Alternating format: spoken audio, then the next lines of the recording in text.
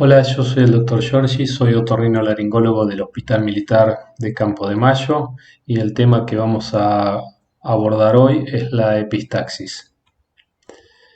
Vamos un poco a la definición de lo que significa epistaxis. Se denomina epistaxis a toda hemorragia nasal, ¿sí? Tanto anterior como posterior.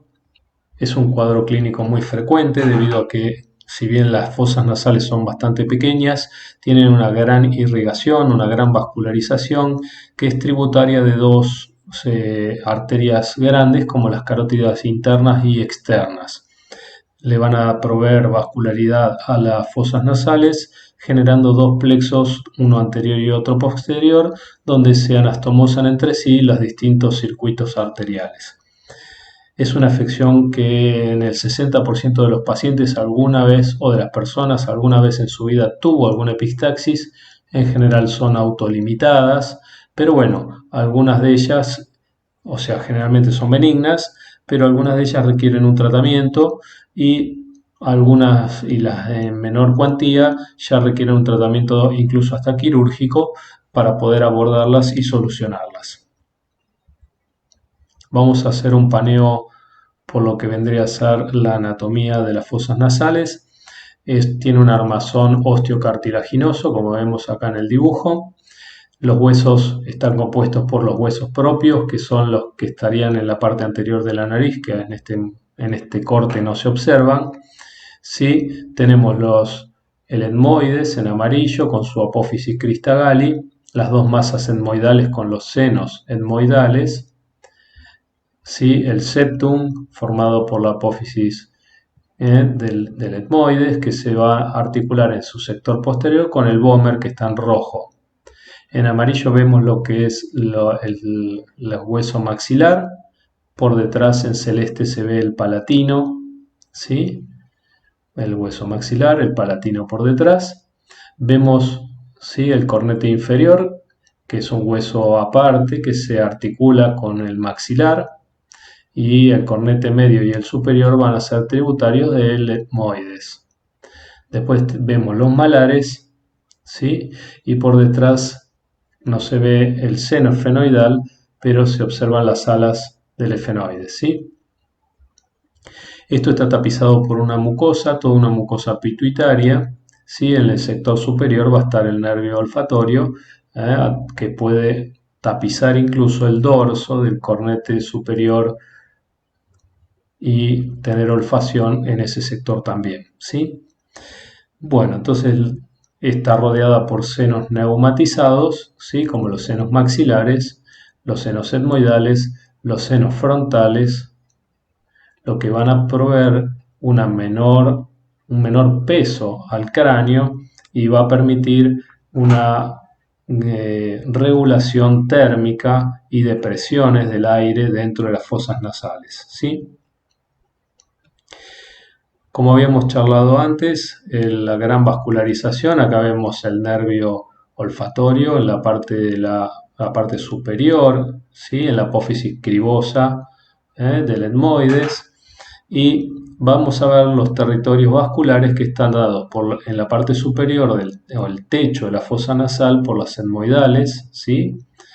Etmoidales anteriores y posteriores, y la parte posterior por la arteria efenopalatina, que va a ser rama de la arteria maxilar, que a su vez es la rama terminal de la carótida externa. Y en la región, la arteria efenopalatina a su vez va a dar dos ramas, que es la posterolateral y la septal posterior. ¿Sí? Junto con la faringe ascendente van a determinar acá otro plexo, que ya vamos a ver más adelante, que puede generar patologías importantes con respecto al sangrado. Después la arteria facial, a nivel externo de la cara, va a dar la palatina ascendente, la arteria lateral nasal, la labial, ¿sí? Acá vamos a tener la arteria labial y va a dar la arteria del subtabique, que sería esta. Como se puede observar, es muy importante y muy rica la vascularización tanto septal como lateral de las fosas nasales. Y como habíamos dicho, las arterias etmoidales anteriores y posteriores, que son tributarias de la carótida interna. ¿Qué va a dar? Esto va a dar dos áreas. El área anterior de Kieselbach, ¿sí?, que es un sector donde se anastomosan las arterias del subtabique, ¿sí?, la arteria fenopalatina, la arteria etmoidal anterior y la palatina mayor. Y en el sector posterior de las fosas nasales va a dar el área de Woodruff, donde también se anastomosan la faringe ascendente, la palatina y la maxilar interna o fenopalatina en ese sector, ¿sí?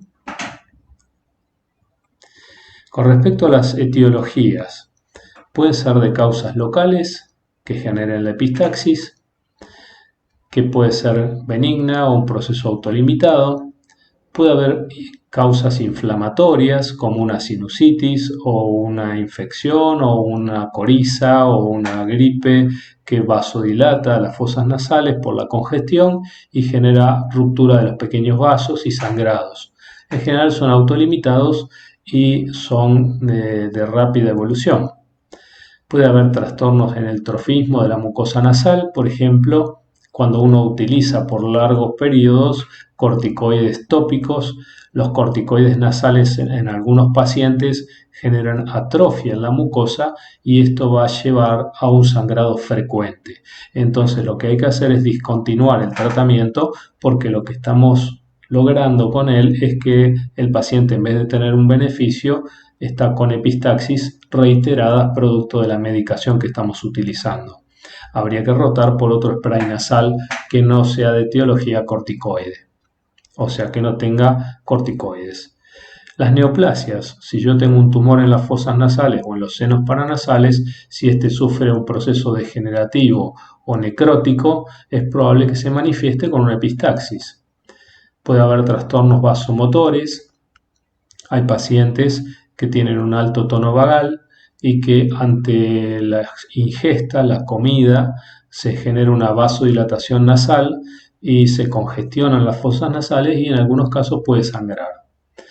Obviamente los traumatismos de las regiones nasales, las desviaciones septales. Si yo tengo una desviación septal que tiene o que me genera un espolón, que es una desviación con un ángulo muy cerrado, en general, al respirar, el aire impacta sobre el espolón y genera una lesión de esa mucosa que con el tiempo puede sangrar.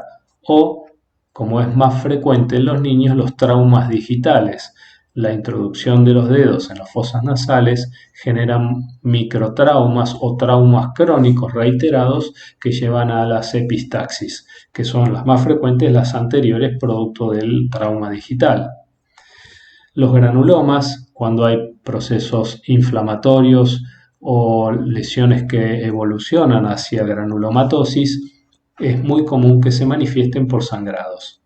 Y después tenemos causas generales como enfermedades infecciosas, traumatismos, enfermedades hemorrágicas, alteraciones de la coagulación, déficit vitamínicos como el escorbuto, el déficit de la vitamina C, enfermedades vasculotensionales, o sea, pacientes hipertensos crónicos que pueden tener picos de presión que me generan cuadros de hemorragia producto de esos picos tensionales. Muchas veces estos picos suelen producirse en la noche, lo que hace que el paciente concurra a la guardia con epistaxis, como ya vamos a ver más adelante, de una característica particular, como son las epistaxis posteriores, producto de un pico hipertensivo.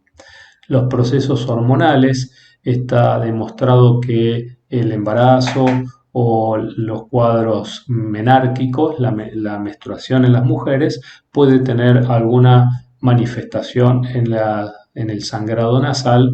Las embarazadas suelen tener rinitis del embarazo, que es una congestión que se produce importante en la fosa nasal, y también pueden manifestarse, hay veces, por sangrados nasales, ¿sí? y obviamente, bueno, como dijimos, las necrosis tumorales es otra de las causas. ¿Cómo las vamos a clasificar según su frecuencia?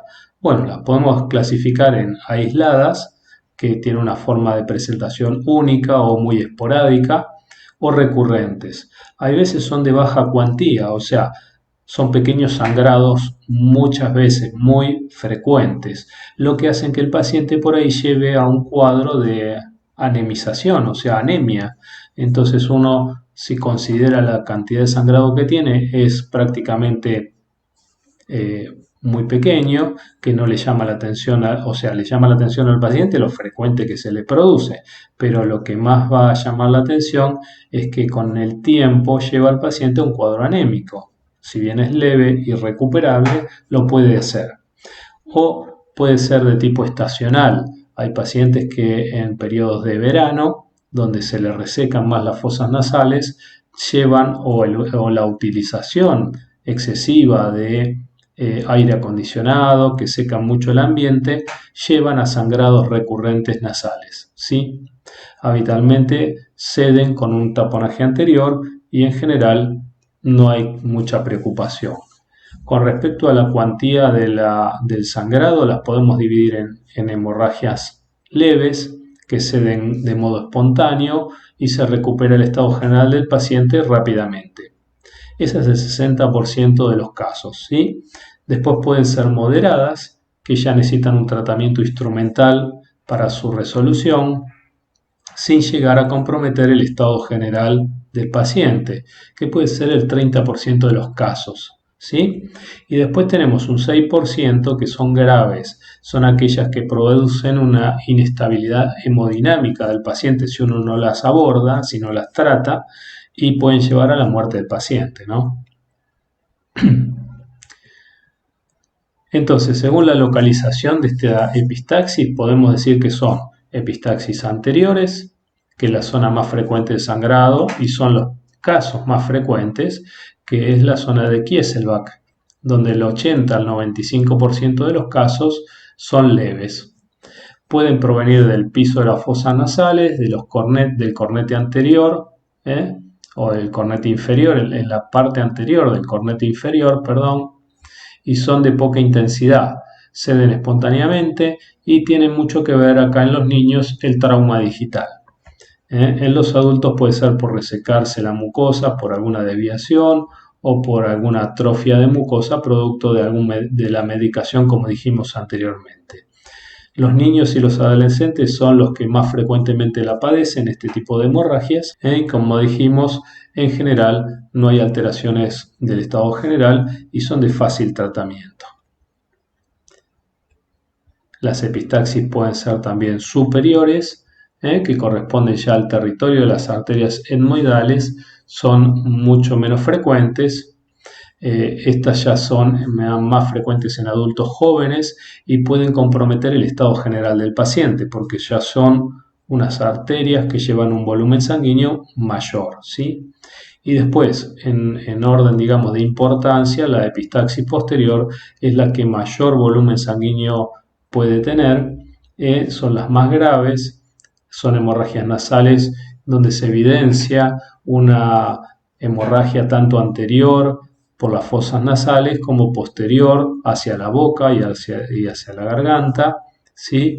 De inicio el paciente puede venir a la guardia sangrando por las dos fosas nasales.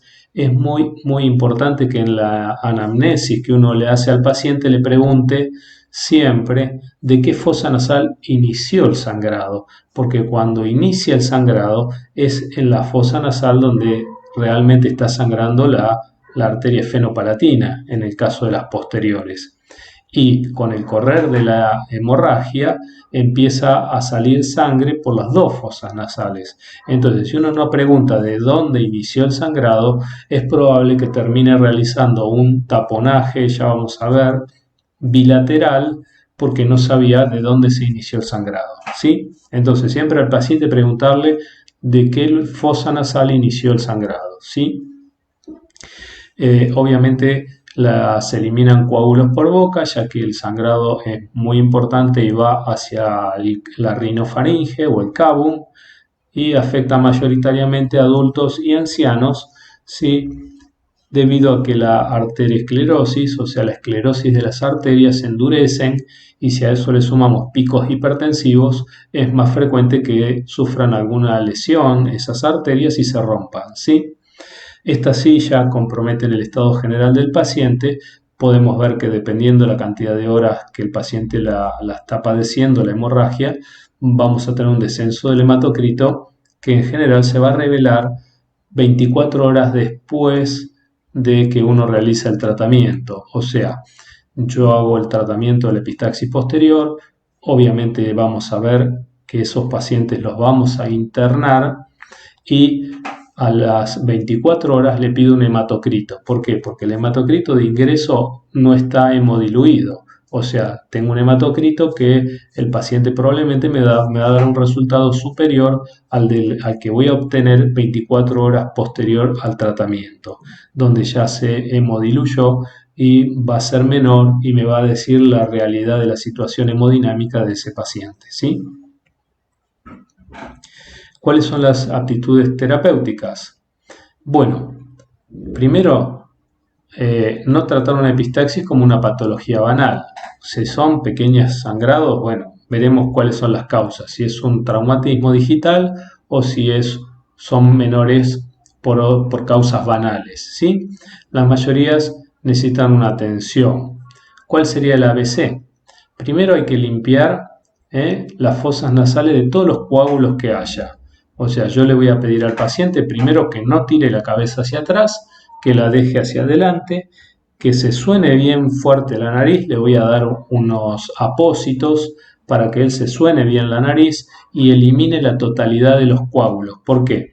Porque si no elimina los coágulos de las fosas nasales, se van a producir un sistema de fibrinólisis en la zona de contacto del coágulo con el vaso sangrante. Entonces, si yo no retiro eso, no voy a dejar que tenga un coágulo efectivo en la zona de sangrado arterial, ¿sí? Entonces, primero le voy a pedir al paciente que se suene bien la nariz y elimine todos los coágulos. El paciente lo voy a tener sentado con la cabeza inclinada hacia adelante. ¿Para qué? Porque si la inclina hacia atrás, no le va a sangrar la nariz, pero toda la sangre va a ir al cábul o a la rinofaringe. Entonces el paciente va a empezar a tragar sangre. No, la idea es que incline la cabeza hacia adelante. Yo le voy a colocar un spray nasal en las fosas nasales, ¿sí? De silocaína al 10%. ¿Para qué? Para que me permita hacer una instrumentación y tenga el menor dolor posible.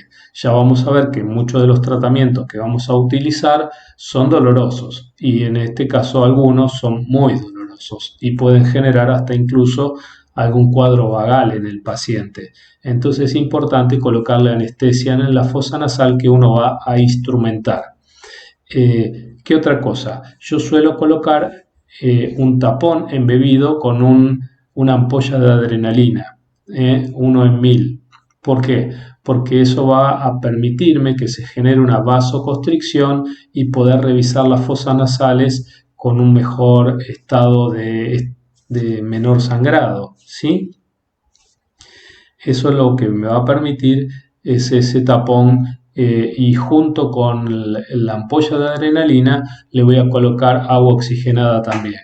Entonces el mismo tapón de algodón que yo voy a introducir, ahora vamos a ver con una pinza bayoneta, lo que voy a lograr es que disminuya el sangrado y me permita una visión más clara de la situación, ¿sí? Hay que tratar de localizar el punto sangrante. Esto es, como habíamos dicho, la forma correcta es esta. Se le puede pedir al paciente que se comprima la punta nasal. Obviamente que esto sirve para las hemorragias anteriores. Esta es la famosa pinza bayoneta, ¿sí? Vamos a utilizar un Killian. Necesitamos una muy buena luz frontal, con un frontoluz. Acá tenemos silocaína o silocaína, estas al 2%, nosotros usamos al 10 o al 4, y vamos a utilizar adrenalina o epinefrina, ¿sí? Vamos a utilizar unos taponcitos ¿eh? Acá tenemos baja lengua metálico, un aspirador o otro tipo de aspirador en caso de que necesitemos una mejor visión y tengamos un sangrado activo. Con el aspirador vamos hacia el lugar del sangrado hasta encontrar el vaso que se encuentra roto y nos va a permitir ver mucho mejor si lo estamos aspirando continuamente. Y de ahí planearemos el tipo de tratamiento. Acá tenemos una sonda con doble balón. Este balón va a ir a la rinofaringe o al cabo y este va a ir anterior, ¿sí? Estos son tapones de Merocel, que son otras opciones terapéuticas. Ya vamos a ver cómo lo hacemos. Entonces vamos a hacer una compresión. La compresión digital la puede hacer mientras preparamos los elementos que vamos a utilizar. Lo puede hacer durante 5 minutos. Eso nos va a permitir por ahí cohibir una pequeña hemorragia de la zona de Kieselbach. Como dijimos que son las más frecuentes, así que esto puede funcionar de inicio. Y si no encontramos el lugar sangrante, lo que se puede hacer es un taponaje anterior. El taponaje anterior lo podemos hacer con gasa sobre los 3/4 anteriores de la fosa nasal. Vamos a utilizar una gasa embebida, generalmente nosotros lo usamos embebida en furacina, algunos lo utilizan embebida en vaselina líquida. ¿Para qué? Para que la gasa no se pegue a la mucosa nasal, ¿sí? O vamos a usar algún material de tipo hemostático como el Surgicel, que es como una esponja biológica que uno la coloca en el sector donde sangra y se va a dosar, se va a disolver y se va a dosar a ese sector y va a generar un proceso hemostático.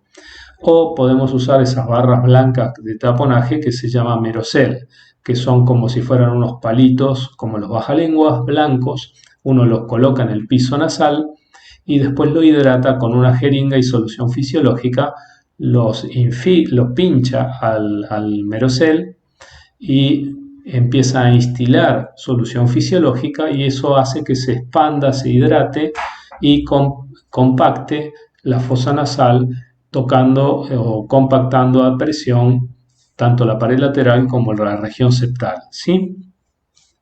Si hacemos un taponaje con cualquiera de estos materiales, tanto con gasa, con Surgicel y gasa o con Merocel, estos taponajes lo ideal es dejarlos entre 48 y 72 horas. Hasta las 72 horas no es tan necesario darle un antibiótico, salvo que esté trabajando con un paciente con alguna otra comorbilidad, como por ejemplo un diabético. Si fuera un paciente diabético, por ahí es de buen criterio agregar un antibiótico para evitar las complicaciones del taponaje en la fosa nasal, ¿sí? Siempre pensar que los taponajes, si lo hago con gasa, tengo que tratar de generar mucha presión para no generar una necrosis de la mucosa por compresión. O sea, tengo que ser lo suficientemente delicado para no lesionar ni la cabeza del cornete inferior con la pinza bayoneta y la gasa, ni tampoco poner tanta gasa que genere tanta presión que después me va a terminar generando una necrosis de la mucosa producto de la compresión de la misma. Bueno, acá vemos las dos formas. Este es un taponaje anterior. Siempre empezamos taponando el piso de la fosa nasal y vamos subiendo hasta taponar el techo o la parte anterior. Y esto es una cauterización con nitrato de plata, ¿sí? Con el aspirador tratamos de succionar la sangre que está saliendo y contactamos la zona sangrante con una perlita, se hace como una perla en la punta de un portahisopo. Con nitrato de plata se presiona la zona sangrante y esto va a generar una cauterización, ¿sí?, de forma química en la zona, una cauterización química. Muchas veces después de hacer la cauterización química, yo habitualmente le coloco un tapón de algodón para que haga un poquito de compresión en la zona y le digo al paciente que se lo retire a la noche o a las 4 o 5 horas, ¿sí? Siempre hay que avisarle al paciente que a la semana esta escara que generamos químicamente empieza a desprenderse y puede haber otro sangrado nasal otra epistaxis, pero de mucha menor cantidad. Si es autolimitada, no hace falta que el paciente concurra. Si el paciente vuelve a tener sangrado muy importante, obviamente lo tendremos que repetir ese procedimiento o cambiarlo por otro. Si yo no puedo controlar la hemorragia con el nitrato de plata, paso al taponaje anterior, ¿sí? O le hago el taponaje anterior en caso de que no encuentre el vaso sangrante o sea muy importante y no me permita hacer otro tratamiento más que un taponaje, ¿sí? El taponaje, como dijimos, lo dejamos 72 horas, el taponaje anterior. Como habíamos hablado, esta era la otra de las opciones,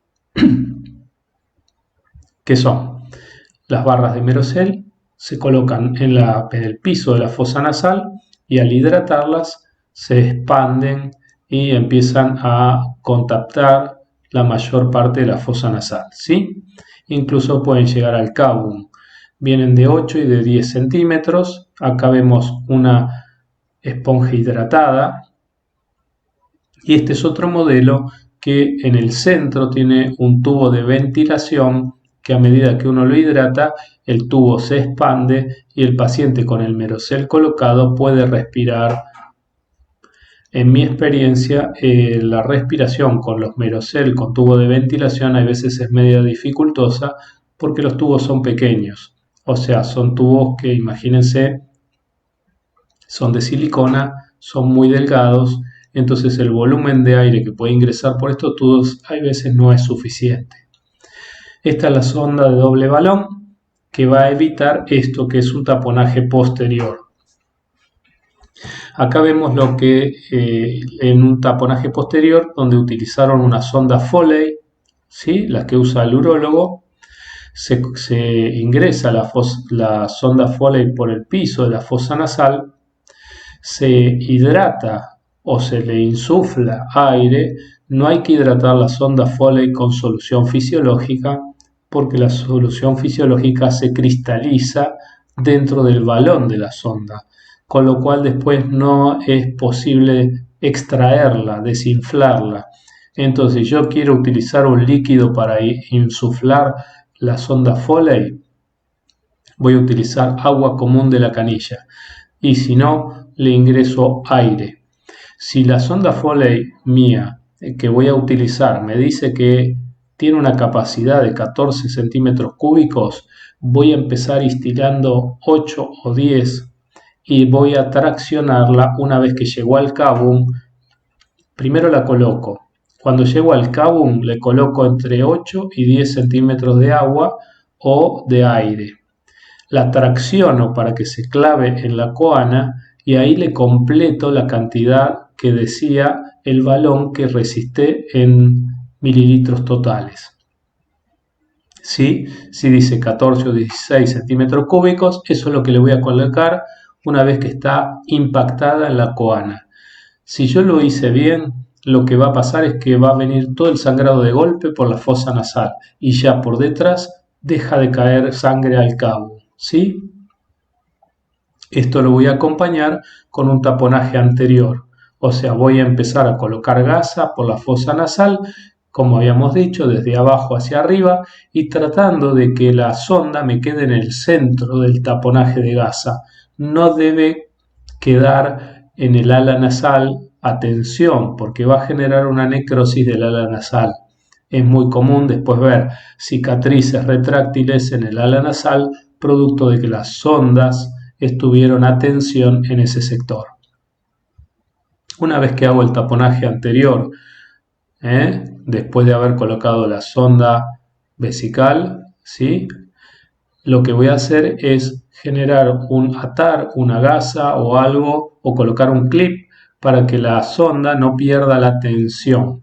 Si la sonda pierde tensión, obviamente se va a salir del cavum de la coana y va a liberarme la esfenopalatina, que es habitualmente la que genera los sangrados posteriores.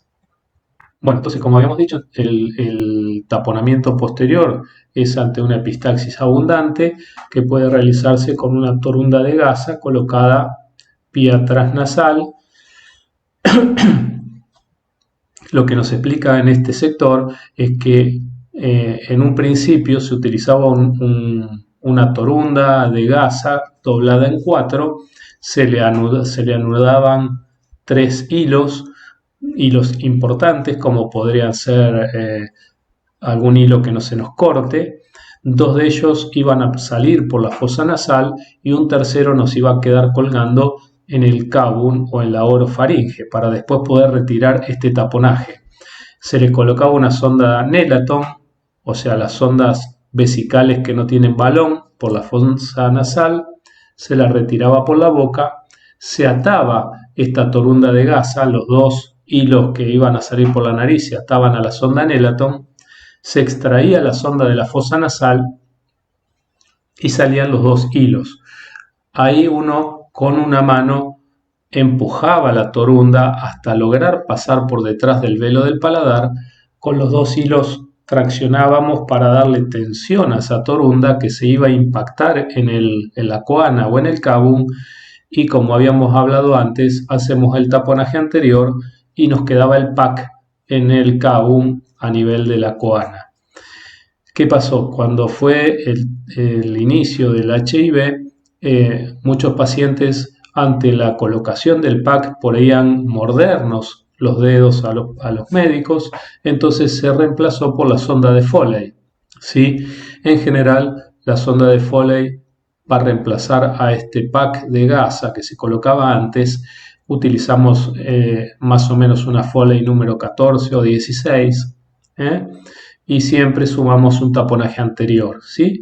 Cuando yo hago un taponaje posterior, ya tengo que pensar primero en que lo voy a dejar no menos de 5 días. O sea, el taponaje, si es continente, va a estar 5 días colocado. Con lo cual voy a internar al paciente. ¿Por qué? Porque en general no solo es muy doloroso el taponaje, le tengo que pasar analgésicos al paciente, sino que voy a tener que utilizar antibiótico terapia. ¿Por qué? Porque el taponaje se va a sobreinfectar o se va a contaminar con la flora normal de la nariz, ¿sí?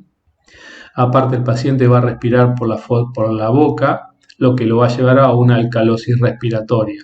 Entonces puedo tener algún inconveniente y lo ideal es mantenerlo controlado al paciente, ¿sí? Aparte voy a necesitar estudios de laboratorio como para controlar cómo está cómo se encuentra el paciente hemodinámicamente. ¿Qué puedo hacer en vez de un taponaje? Lo que puedo hacer es una electrocauterización. Estas son de elección cuando hay una hipervascularización. Se puede hacer una electrocoagulación o cauterización, pero obviamente los taponajes anteriores, en las hemorragias anteriores. Si yo quiero abordar una hemorragia posterior, lo que puedo hacer es un abordaje endoscópico y puedo intentar hacer una cauterización endoscópica. ¿Dónde voy a buscar a la fenopalatina? La voy a buscar a la altura de la cola del cornete inferior, ¿sí? El cornete medio. A la altura del cornete medio es donde va a estar por detrás el orificio fenopalatino y ahí va a ingresar la arteria, ¿sí? Entonces, ingreso con el coagulador por debajo de la mucosa y genero la cauterización a ese nivel. Muchas veces se puede ser exitoso y tener una buena evolución. Esto era el viejo taponaje que les dije. Utilizábamos una sonda de Nelaton que la recuperábamos por la boca. Este es un Killian. A la sonda Nelaton le atábamos los dos cordeles que iban a salir por la nariz. Traccionábamos la sonda y salían los dos cordeles y quedaba el pack impactado en el cabum, ¿sí? Hacíamos un taponaje anterior con gasa y esos dos cordeles lo anudábamos a otro pack de gasa anterior para que no pierda tensión el taponaje. Y nos quedaba un tercer cordel que lo cortábamos acá para que quede colgando en la garganta, en la orofaringe, y cuando ya pasaban los 5 días podíamos extraer el pack anterior, sacar el taponaje y traccionar con por ejemplo, una pinza de Kocher o una Bertola, traccionábamos del cordel que estaba en la orofaringe y podíamos desimpactar el taponaje posterior. Bueno, esto es lo que habíamos visto, los distintos packs, tanto hidratados, expandidos, como vienen en sus envases al vacío. Hay de distintas medidas, considerando las distintas medidas de las fosas nasales.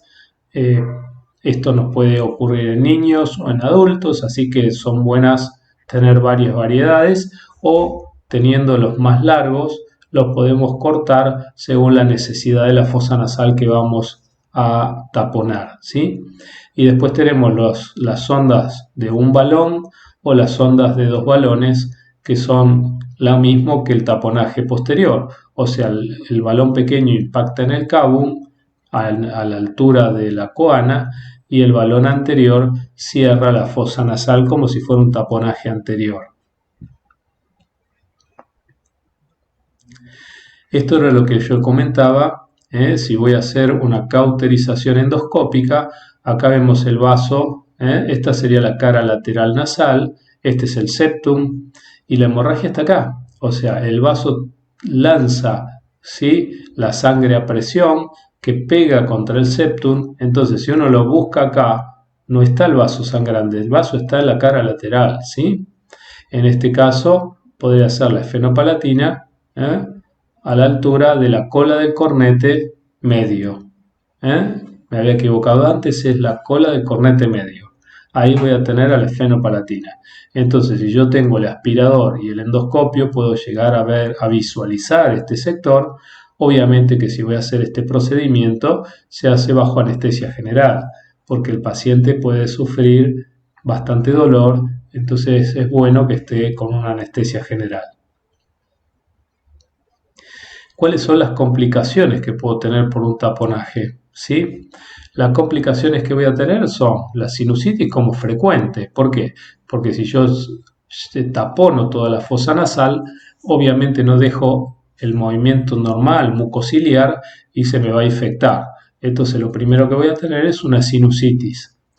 Si el taponaje es posterior y yo tapono y coapto lo que vendría a ser la trompa de Eustaquio, obviamente la complicación más frecuente, aparte de la sinusitis, voy a tener una otitis media. También puedo tener una celulitis orbitaria. ¿Por qué? Porque voy a hacer una etmoiditis, una sinusitis a nivel etmoidal, y esta se puede transferir hacia la cavidad orbitaria. ¿Sí? Por eso, para evitar estas 3 primeras complicaciones, en los taponajes posteriores va antibiótico terapia sí o sí. O sea, lo voy a cubrir con antibióticos para tratar de evitar estas complicaciones. Hay veces, por el conducto lacrimonasal, si el taponaje está bien puesto y la hemorragia es muy importante, puedo tener pérdida sanguínea a nivel del ángulo interno del ojo. Pero eso no nos tiene que asustar, porque eso habla de que el taponaje es bastante continente y la sangre no puede salir por ningún lado, ¿sí?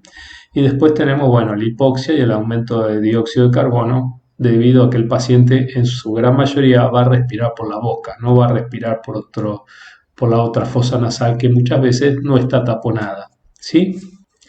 Tratamiento quirúrgico. El tratamiento quirúrgico lo voy a hacer siempre y cuando, en mi experiencia, si no tengo buen resultado con un taponaje posterior, en general, en las primeras 24 horas uno ve que sigue teniendo sangrado a nivel oral, no nasal anterior, porque ya está todo taponado, pero sí por la boca. Uno lo revisa, le baja la lengua con un frontoluz y ve que viene sangre permanentemente por la boca. Entonces habla de que el taponaje posterior no fue continente, no sirvió. En mi experiencia, yo intento hasta 2 taponajes más, o sea, retiro ese taponaje y trato de hacer otro, quizás prestando más atención o tratando de ser más prolijo en el procedimiento. Si con 2 taponajes más no logramos solucionar el sangrado activo, entonces vamos ya pensando en algo quirúrgico o en una embolización, ¿sí? Ahora la vamos a ver. Entonces, si yo tengo una epistaxis recurrente, cuando se hayan descartado los desencadenantes orgánicos, obviamente que si yo tengo un taponaje que no es muy continente, pero el paciente es hemofílico, bueno, el problema no es el taponaje, el problema es que el paciente tiene una patología en la coagulación, o tengo falta de factores, o tengo un von Brillenband, o tengo alguna patología que haga que el paciente tenga sangrados a pesar de mis esfuerzos para cohibirlo, bueno, tengo que pensar en el tratamiento específico de ese paciente y en interconsultar a los médicos hematólogos para que nos ayuden a mejorar la calidad del paciente, de vida del paciente, y solucionar también este episodio que nos está preocupando ya a todos. Entonces, en esos casos interconsultamos con el hematólogo, ¿sí? Las epistaxis graves con gran compromiso del estado hemodinámico del paciente muchas veces nos obligan no solo a tomar una conducta quirúrgica o una embolización, sino que también hay que transfundirlo, o sea, habrá que pasarle la cantidad de sangre necesaria para